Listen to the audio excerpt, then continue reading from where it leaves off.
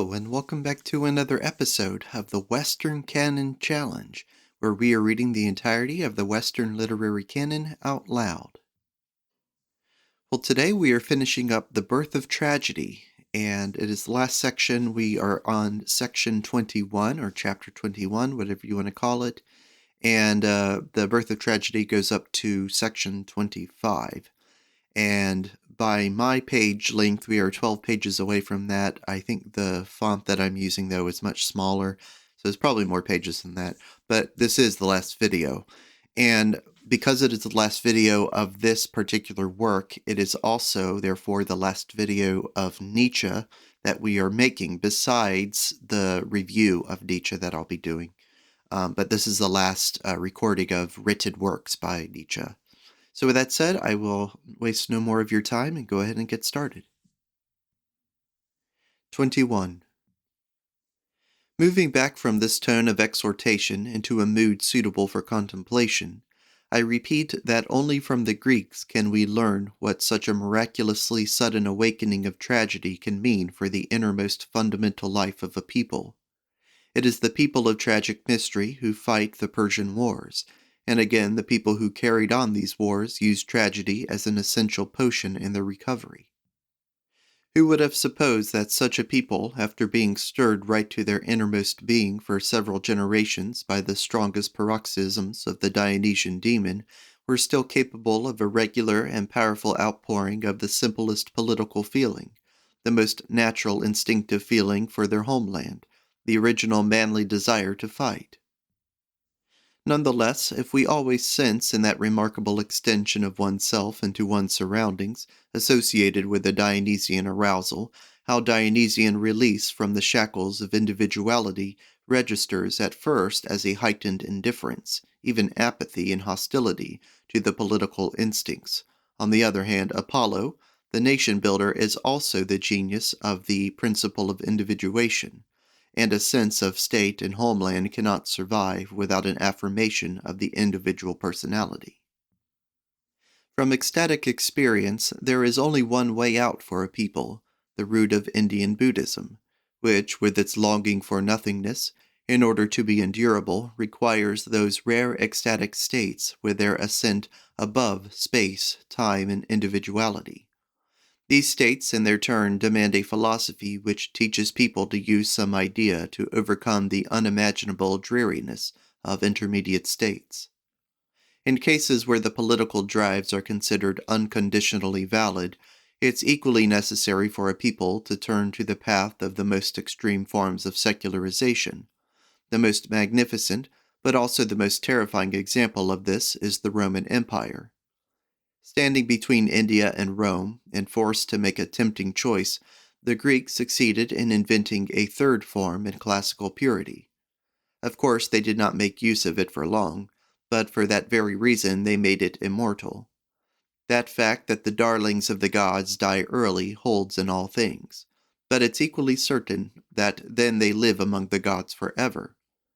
So people should not demand from the noblest thing of all that it should possess a hard-wearing durability of leather, that crude toughness characteristic of the Roman national impulses, for example, probably does not belong to the necessary predictions of perfection.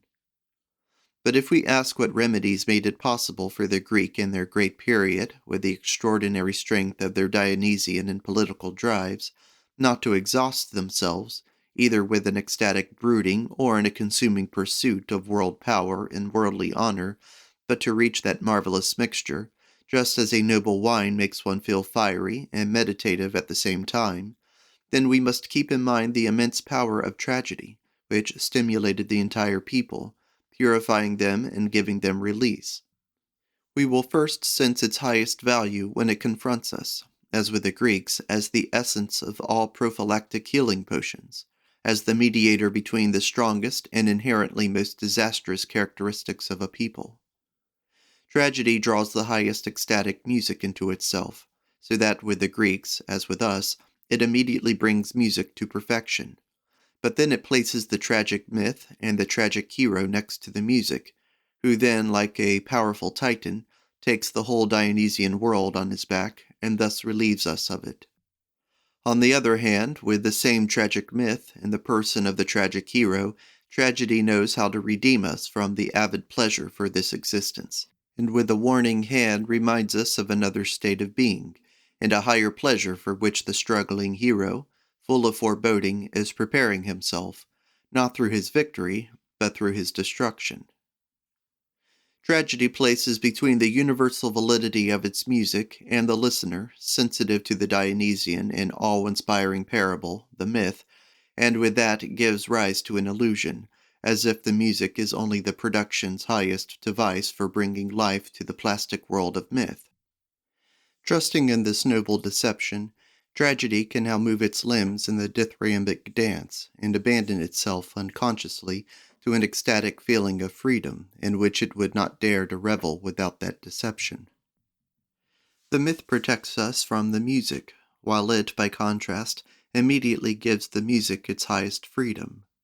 In return, the music gives back to the tragic myth as a return gift an urgent and convincing metaphysical significance, of a kind which words and pictures never could attain without its help.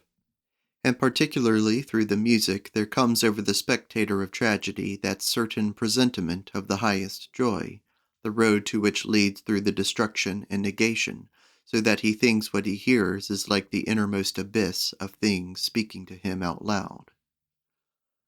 If in these last sentences I have perhaps tried to provide only a provisional expression of this complex idea, something immediately intelligible to a few people, at this very point I cannot refrain from encouraging my friends to a further attempt, and from asking them to prepare themselves with a single example of our common experience in order to recognize a general principle.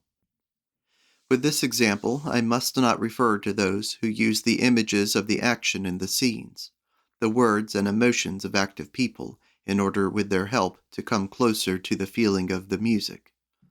For none of them speaks music as a mother tongue, and for all that help they proceed no further than the lobbies of musical perception, without ever being able to touch its innermost shrine. Some of these who take this road, like Gervinus, don't even succeed in reaching the lobby.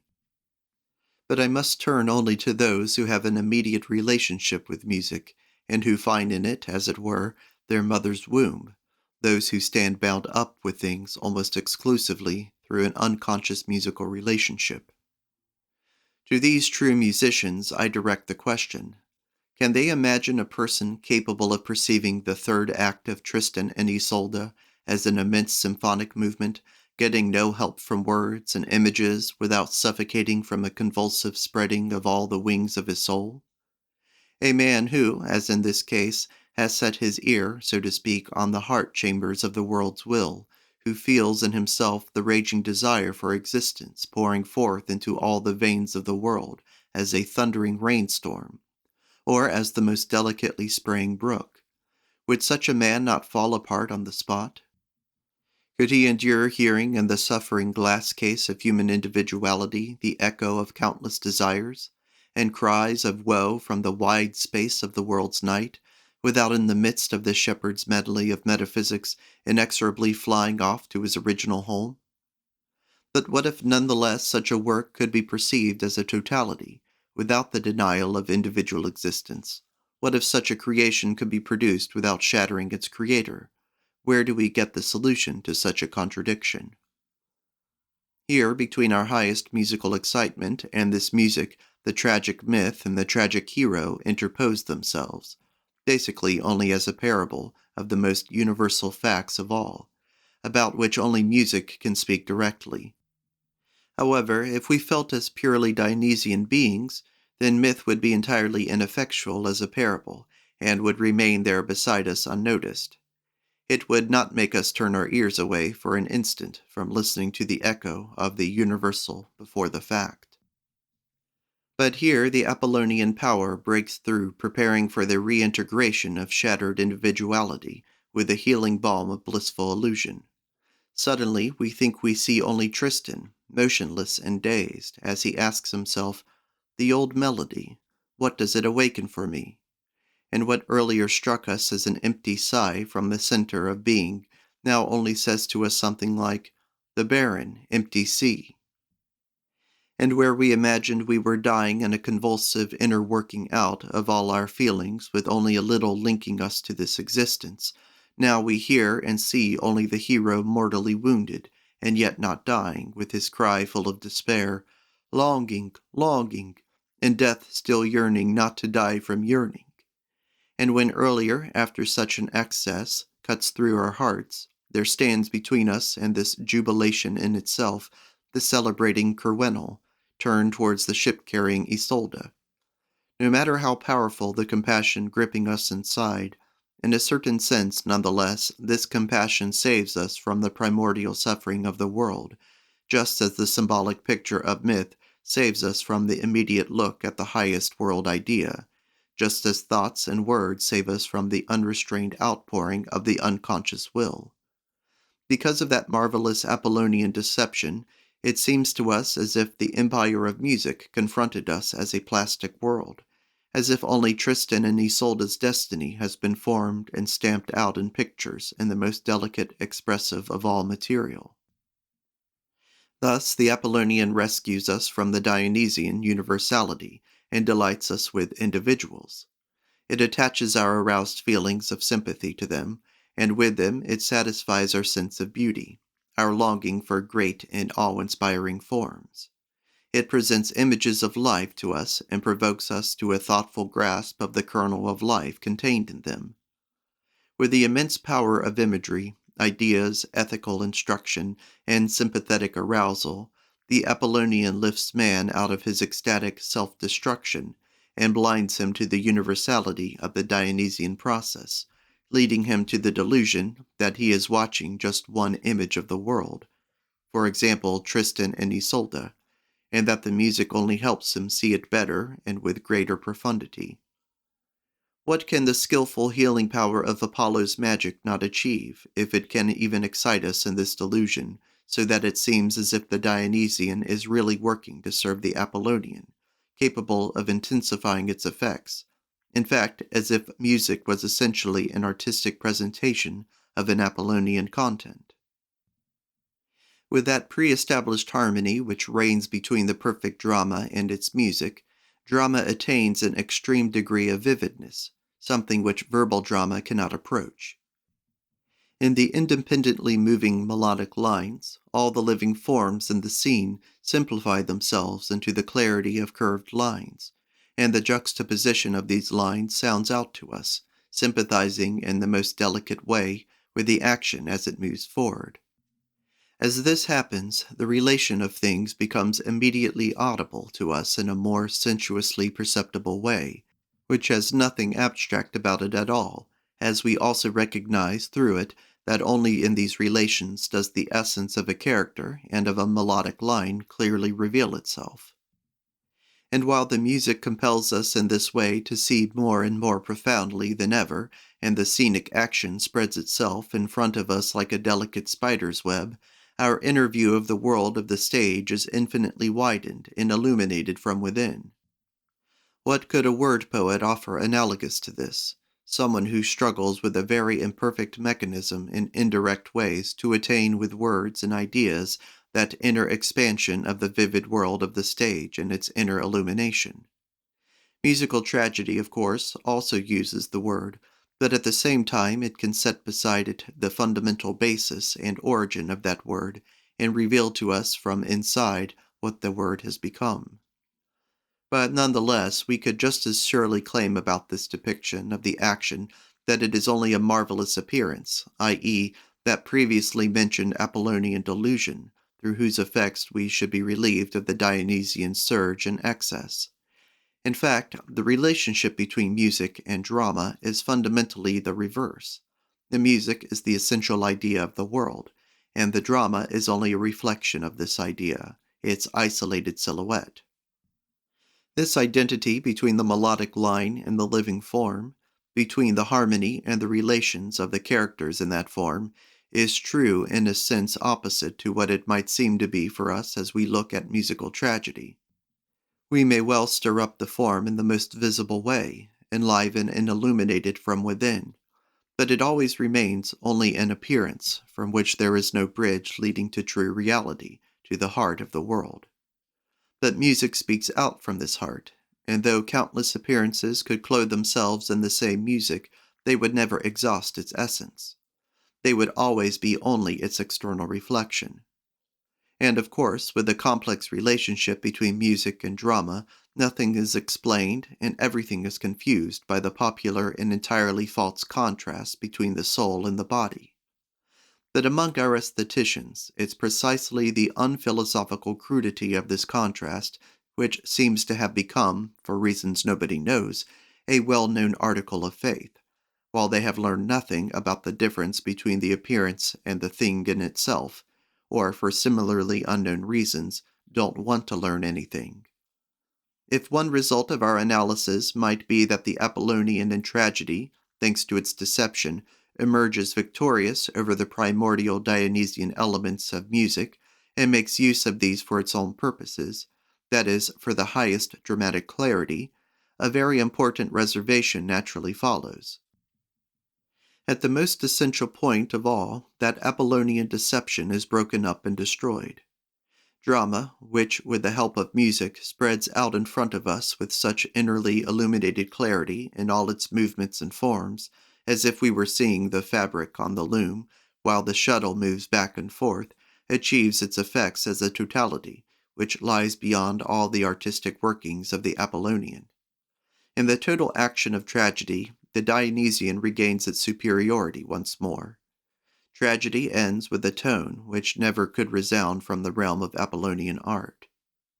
And as that happens, the Apollonian deception reveals itself for what it is, as the veil which, so long as the tragedy is going on, has covered the essentially Dionysian effect. But this Dionysian effect is none the less so powerful that at the end it drives the Apollonian drama itself into a sphere where it begins to speak with Dionysian wisdom, and where it denies itself and its Apollonian visibility. So we could truly symbolize the complex relationship between the Apollonian and the Dionysian in tragedy, with the fraternal bond between both divinities. Dionysus speaks the language of Apollo, but Apollo finally speaks the language of Dionysus, and with that the highest goal of tragedy and art in general is attained. Section 22. An attentive friend should remind himself from his own experience of the pure and unmixed effect of a truly musical tragedy. I think I have described what this effect is like, attending to both aspects of it, so that he will now know how to clarify his own experience for himself. For he will recall how, confronted with the myth unfolding in front of him, he felt himself raised up to some sort of omniscience, as if now the visual power of his eyes was not merely a force dealing with surfaces, but was capable of penetrating within, as if with the help of the music he could see in front of him the turbulent feelings of the will, the war of motives, the growing storm of passions, as something which is, as it were, sensuously present, like an abundance of living lines and figures in motion, and thus as if he could plunge into the most delicate secrets of unknown emotions.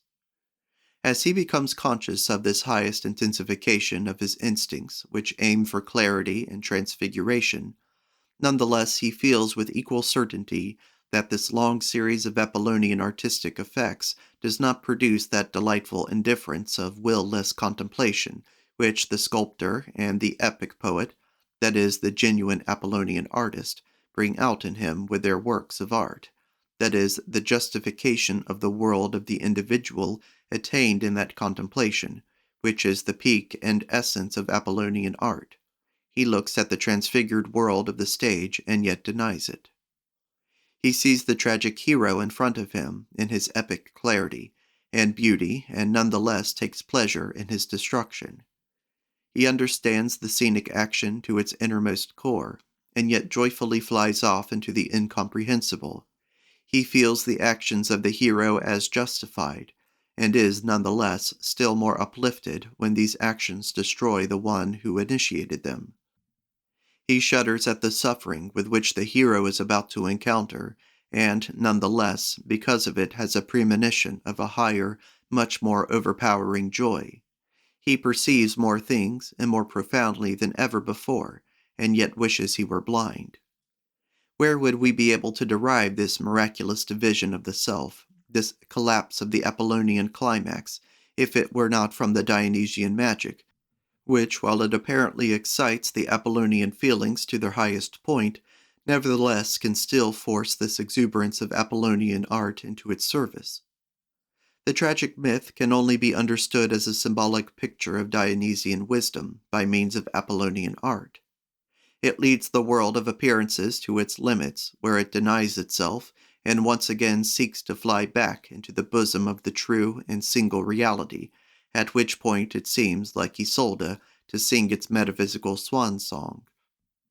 In the surging torrents of seas of my desires, in the resounding tones of fragrant waves, in the blowing all of the world's breath, to drown, to sink down, to lose consciousness, the highest joy. So we remember the experiences of the truly aesthetic listener, the tragic artist himself, as he, like a voluptuous divinity of individualism, creates his forms, in which, since his work can scarcely be understood as an imitation of nature, and as his immense Dionysian drive then devours his entire world of appearances in order to allow him, through its destruction, to have a premonition of the original and highest artistic joy in the primordial one. Of course, our aestheticians don't know what to write about this return journey to our original home, about the fraternal bond of the brother gods of art and tragedy, any more than they do about the Apollonian or the Dionysian excitement of the listener, while they never weary of characterizing as the essential feature of the tragic the struggle of the hero with fate, the victory of a moral world order, or the purging of the emotions achieved by tragedy. Such tireless efforts lead me to the thought that in general they may be men incapable of aesthetic excitement, so that when they hear a tragedy, perhaps they think of themselves only as moral beings. Since Aristotle, there has not yet been an explanation of the tragic effect from which one might be able to infer aesthetic conditions or the aesthetic capability of the listener. Sometimes pity and fear are supposed to be pushed by the serious action to a discharge which brings relief. At other times we are supposed to feel enthusiastic and elevated because of the victory of good and noble principles by the sacrifice of the hero, taking that as a service to a moral world order. I have no doubt that for countless men that and only that is precisely the effect of tragedy. But this reveals equally clearly that all these people, together with their aesthetic interpreters, have experienced nothing of tragedy as the highest art. That pathological purgation, the catharsis of Aristotle, which the philologues are uncertain whether to count a medical or a moral phenomenon, brings to mind a remarkable idea of Goethe's. Without a living pathological interest, he says, I have also never succeeded in working on any kind of tragic situation, and therefore I prefer to avoid it rather than seek it out. Could it perhaps be the case that among the merits of the ancients, the highest degree of the pathetic was also only aesthetic play for them, while with us the truth of nature must there be as well in order for such a work to be produced? After our glorious experiences, we can now answer yes to this profound question. After we have experienced with wonder precisely this musical tragedy, how truly the highest degree of the pathetic can be, for all that only an aesthetic game. For that reason we're justified in claiming that only now can the primordial phenomenon of the tragic be described with some success. Anyone who nowadays still provides explanations in terms of those surrogate effects from spheres beyond aesthetics and doesn't sense that he has risen above the pathological and moralistic process may well despair of his aesthetic nature. For that condition, we recommend as an innocent substitute the interpretation of Shakespeare, the way Gervinus does it with a diligent search for poetic justice. So with the rebirth of tragedy, the aesthetic listener is also born again, in whose place, up to this point, a strange quid pro quo habitually sat in the theater space, with half moral and half scholarly demands, the quote-unquote critic. In his sphere so far, everything has been only synthetic and whitewashed with the appearance of life. The performing artist, in fact, didn't really know what he could begin to do with a listener who behaved so critically, and therefore he, together with the dramatist or opera composer who inspired him, peered anxiously for the last remnants of life in this discriminating, barren creature incapable of enjoying himself. But up to this point, the general public has consisted of this sort of critic. Through education and the press, the student, the schoolchild, indeed even the most harmless female creature has been prepared, without being aware of it, to perceive a work of art in a similar manner. The more noble natures among the artists, faced with such a public, counted on exciting moral and religious forces, and the call for a moral world view stepped in vicariously, where, in fact, a powerful artistic magic should have entranced the real listener. Alternatively, dramatists with such a pronounced and at least exciting proclivity for contemporary political and social issues brought out such clear productions that the listener could forget his critical exhaustion and let himself go with feelings like patriotism or militaristic moments, or in front of the speaker's desk in Parliament, or with judicial sentences for crimes and vices, and that necessarily led to an alienation from true artistic purposes and directly to a culture of attitudizing. But here there stepped in, and what in every artificial art up to now has intervened, a ragingly quick deprivation of that very attitudinizing, so that, for example, the view that the theater should be used as an institution for the moral education of a people, something taken seriously in Schiller's day, is already counted among the incredible antiquities of an education which has been superseded. As the critic came to rule in the theater and concert, and the journalist in the schools, and the press and society, art degenerated into an object of entertainment of the basest sort, and the aesthetic critic was used as a way of binding together in a vain, scattered, selfish, and, beyond this, pitifully unoriginal society, of which we can get some sense in Schopenhauer's parable of the porcupines, so that there has never been a time when there has been so much chatter about art, and when people think so little of it. But can't we still associate with someone who is in a position to entertain himself with Beethoven and Shakespeare? Everyone may answer this question according to his own feelings. With his answer, he will at any rate demonstrate what he imagines by the word culture, provided he seeks to answer the question at all, and is not already struck dumb with astonishment. By contrast, someone with a nobler and more naturally refined ability, even if he also has gradually turned into a critical barbarian in the manner described above, could say something about an unexpected and entirely incomprehensible effect of the sort which something like a happily successful production of Lohengrin had on him, except perhaps he didn't have a hand which could advise him and clearly lead him, so that that incomprehensibly varied and totally incomparable sensation, which so shook him at the time, remained a single example, and after a short period of illumination, died out, like a mysterious star. That was the moment he had a presentiment of what an aesthetic listener is. Section 23. Anyone who wants an accurate test for himself to see how closely related he is to the truly aesthetic listener, or how much he belongs with the Socratic critical community, can sincerely ask himself about the feelings with which he receives some miracle presented on stage. In that situation, for example, does he feel offended in his historical sense, which organizes itself on strict psychological causality, or does he, in a spirit of generosity, as it were, make a concession to the miracle as something comprehensible in childhood, but foreign to him, or does he suffer anything else at all in that process? For in doing this, he will be able to measure how far, in general, he is capable of understanding the myth, the concentrated image of the world, which, as an abbreviation of appearance, cannot work without the miracle. However, it's likely that almost everyone, in a strict sense, would feel himself so thoroughly corrupted by the critical historical spirit of our culture that he could make the previous existence of the myth credible only with something scholarly, by compromising with some abstractions. However, without myth, that culture forfeits its healthy creative natural power.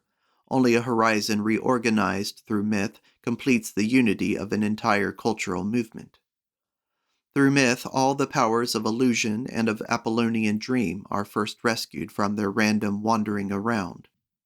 The images of myth must be the unseen, omnipresent, demonic sentries, under whose care the young soul matures, and by whose signs a man interprets his life and struggles for himself. Even the state knows no more powerful unwritten laws than the mythical foundation which guarantees its connection to religion, its growth out of the mythic ideas. Alongside that, let's now place abstract people, those who are not led by myths, as well by abstract education, abstract customs, abstract law, the abstract state. Let's remember the disorderly roaming of artistic fantasy, which is not restrained by any secret myth.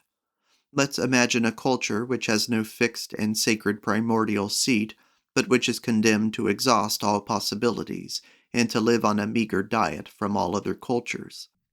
And there we have the present, the result of that Socratism whose aim is to destroy myth. And now the man without a myth stands there, eternally hungry in the midst of all past ages, rummaging around and digging as he looks for roots, even if he has to shovel for them in the most remote ancient times. What is revealed in the immense historical need of this dissatisfied modern culture, the gathering up of countless other cultures, the consuming desire to know, if not the loss of myth, the loss of the mythic homeland, of the mythic maternal womb. Let's ask ourselves whether the feverish and eerie inner excitements of this culture is something other than a starving man's greedy snatch and grab for food.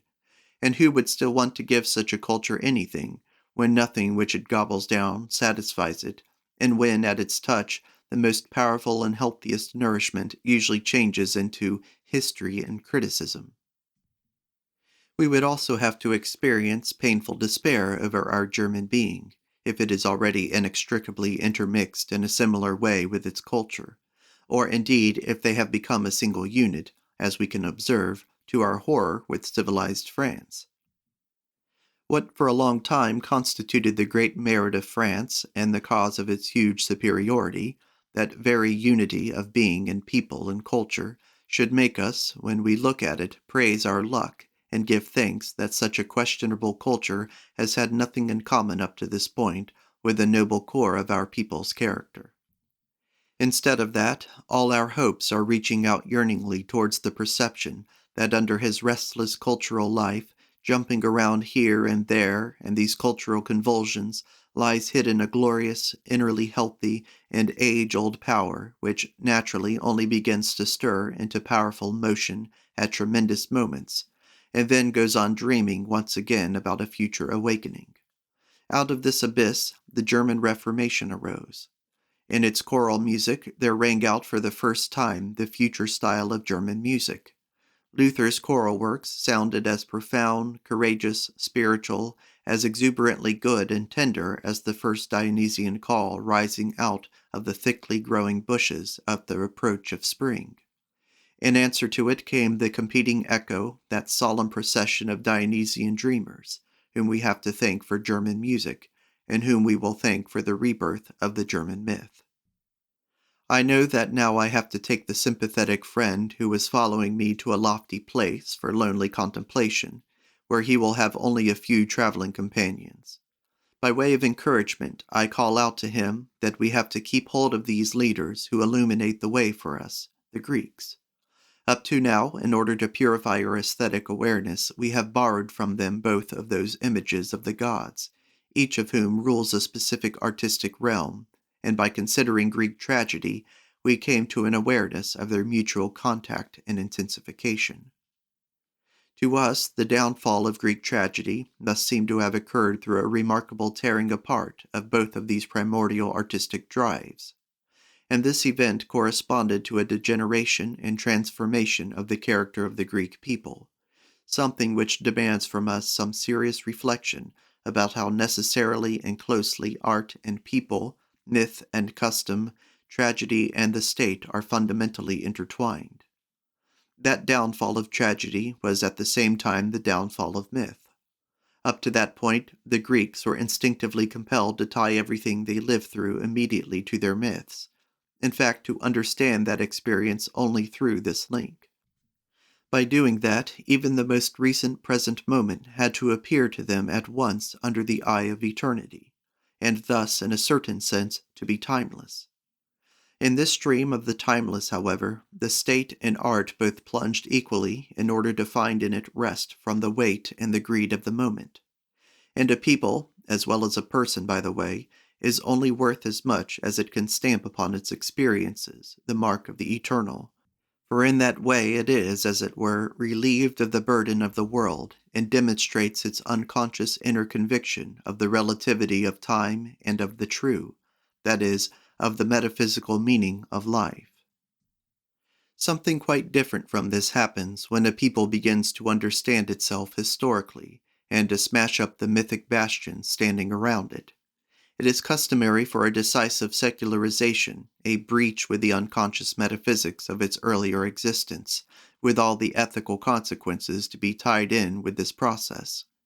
Greek art, and especially Greek tragedy above all, checked the destruction of myth. People had to destroy them in order to be able to live detached from their home soil, unrestrained in the wildness of thought, custom, and action. But now this metaphysical drive still tries to create, even in a toned-down form, a transfiguration for itself, and the Socraticism of science which pushes toward life. But on the lower steps, this very drive led only to a feverish search, which gradually lost itself in a pandemonium of myths and superstitions from all over the place, all piled up together. For all that, the Hellene still sat in the middle of this pile with an unquenched heart, until he understood to mask that fever, like Heracles, with Greek cheerfulness and Greek negligence, or to plunge completely into some stupefying Oriental superstition or other. In the most obvious way, since the reawakening of Alexandrian Roman antiquity in the 15th century after a long and difficult to describe interval, we have come closer to this condition. Up on the heights, this same abundant desire for knowledge, the same dissatisfied happiness and discovery, the same immense secularization alongside a homeless wandering around, a greedy thronging at foreign tables, a reckless idolizing of the present, or lifeless numbed turning away, with everything under the eye of the secular age, of the quote-unquote present age.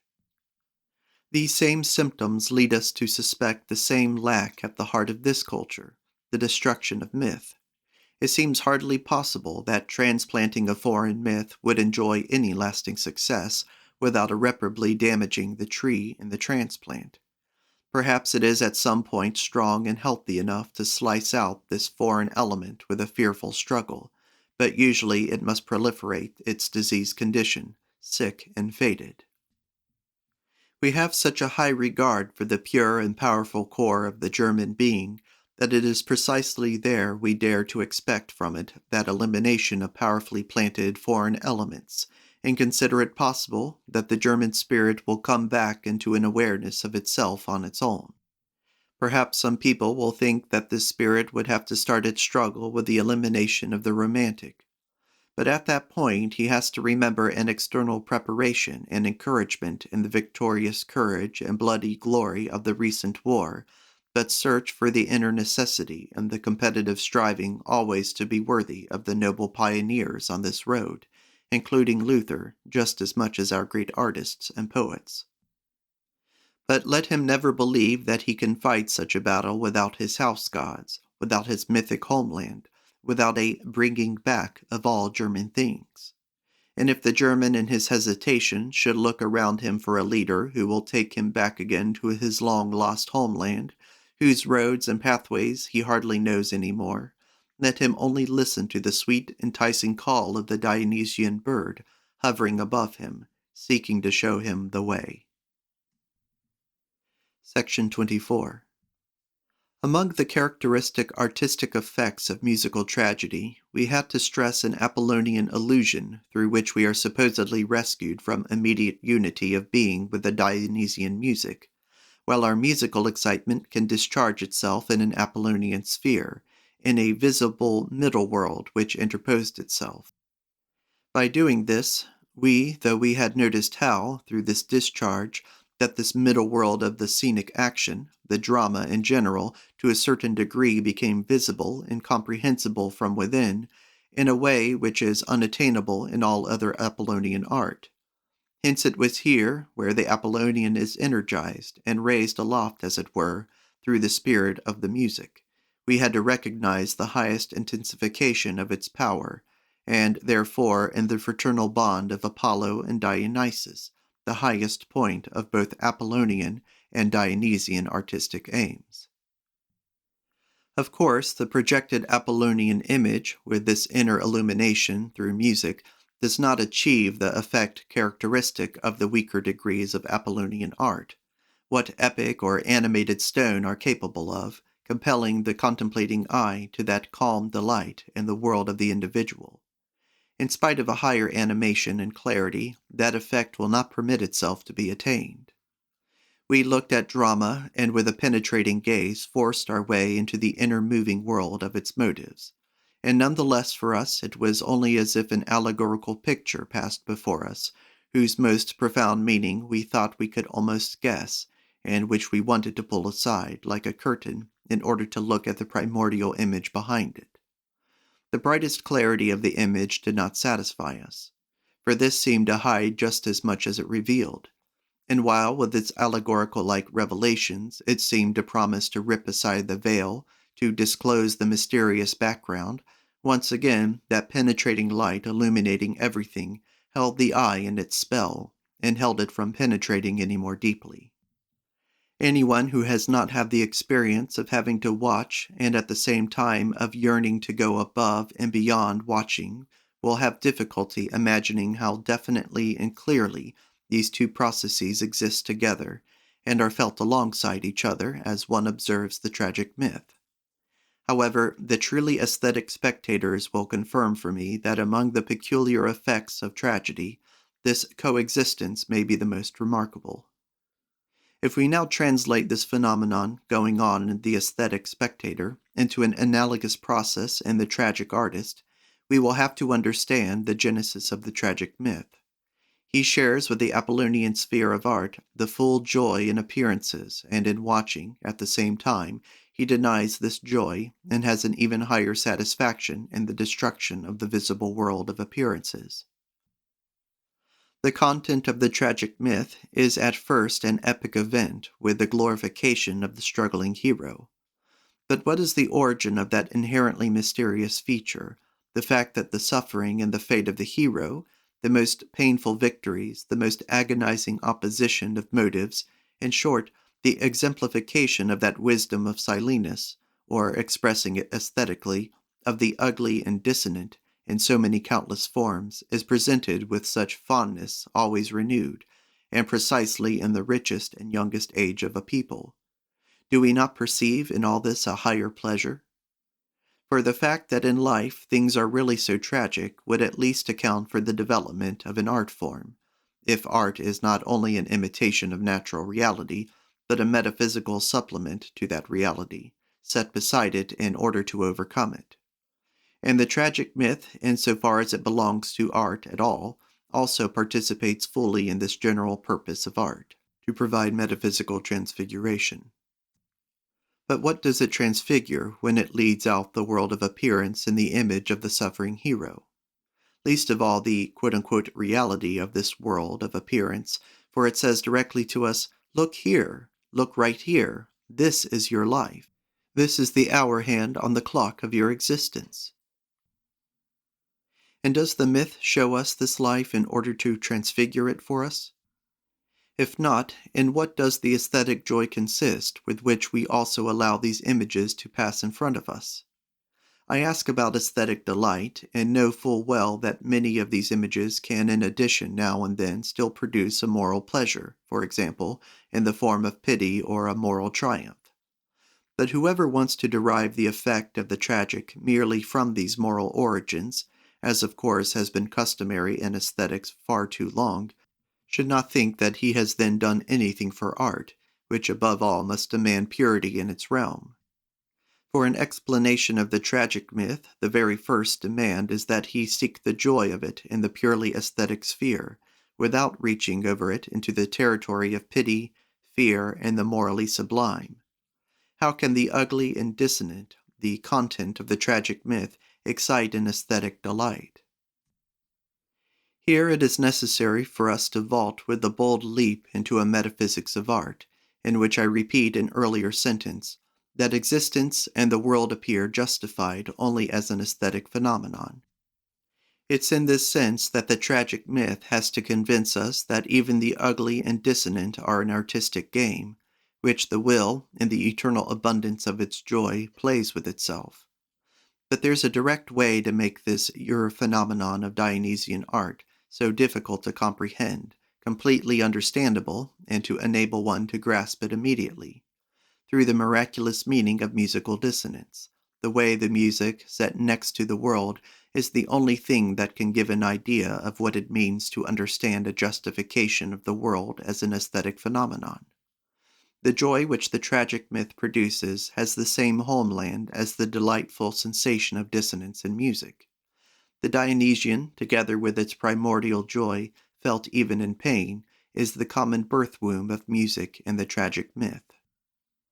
Thus, shouldn't we have made that difficult problem of the tragic effect really much easier now that we have called on the relationship of musical dissonance to help us? For now we understand what it means in tragedy to want to keep looking at the same time, to yearn for something beyond what we see. We would have to characterize this condition in relation to the artistic use of dissonance, precisely as the fact that we want to keep listening and at the same time yearn to get beyond what we hear.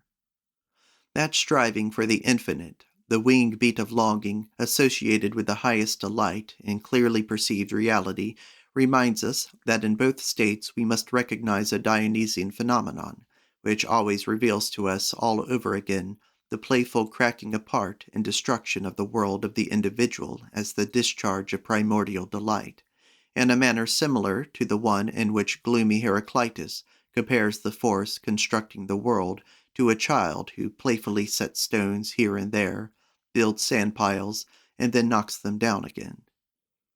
And thus, in order to assess the Dionysian capability of a people correctly, we have to think not just about their music, we must also think about their tragic myth as the second feature of that capacity. Given this closest of relationships between music and myth, now can we in similar way assume that degeneration or deprivation of one of them will be linked to a decline in the other, if a weakening of myth in general manifests itself in a weakening of the Dionysian capability. But concerning both of these, a look at the development of the German being should leave us in no doubt. In the opera, as well as in the abstract character of our myth-deprived existence, in an art which has sunk down to mere entertainment, as well as in a life guided by concepts, that inartistic and equally life-draining nature of Socratic optimism stands revealed. For our consolation, however, there are indications that in spite of everything, the German spirit rests and dreams in magnificent health, its profundity and Dionysian power undamaged, like a knight sunk down in slumber in an inaccessible abyss. And from this abyss, the Dionysian song rises up in order to make us understand that this German knight is also still dreaming his age-old Dionysian myth in solemn, blissful visions. Let no one believe that the German spirit has lost forever its mythic homeland, when it still understands so clearly the voice of the birds which tell of that homeland. One day it will find itself awake in all the morning freshness of an immense sleep. Then it will kill dragons, destroy the crafty dwarf, and awake Brunilda, and even Wotan, spear itself, will not be able to block its way. My friends, you who have faith in Dionysian music, you also know what tragedy means to us. In it we have the tragic myth reborn from music, and in it you must hope for everything and forget what is most distressing. The most painful thing, however, for all of us, is this: the long degradation under which the German genius, alienated from house and home, has lived in service to that crafty dwarf. you understand my words, as you will understand my hopes as I conclude. Section 25. Music and tragic myth are equally an expression of the Dionysian capacity of a people and are inseparable from each other. Both derive from an artistic realm that lies beyond the Apollonian. Both transfigure a region in whose joyful chords, dissonance, as well as the terrible image of the world fade delightfully away. Both play with the sting of joylessness, trusting in the extreme power of their magical arts. Through this play, both justify the existence of even the worst of worlds. Here the Dionysian shows itself measured against the Apollonian as the eternal and primordial artistic force, which summons the entire world of appearances into existence. In its midst, a new transfiguring illusion becomes necessary in order to keep alive the living world of the individual. Could we imagine some human development of dissonance, and what is a man other than that? Then this dissonance, in order to be capable of life, would need a marvelous illusion, which covered it with a veil of beauty over its essential being.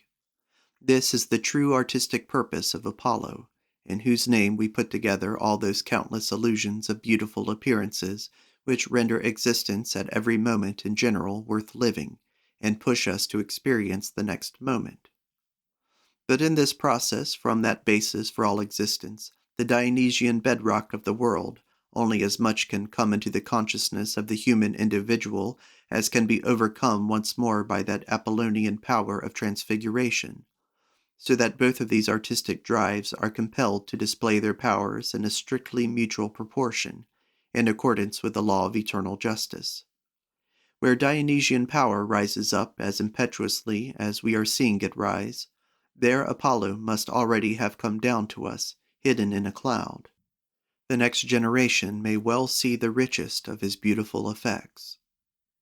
However, the fact that this effect is necessary each man will experience most surely through his intuition, if he once, even in a dream, feel himself set back into the life of the ancient Greeks.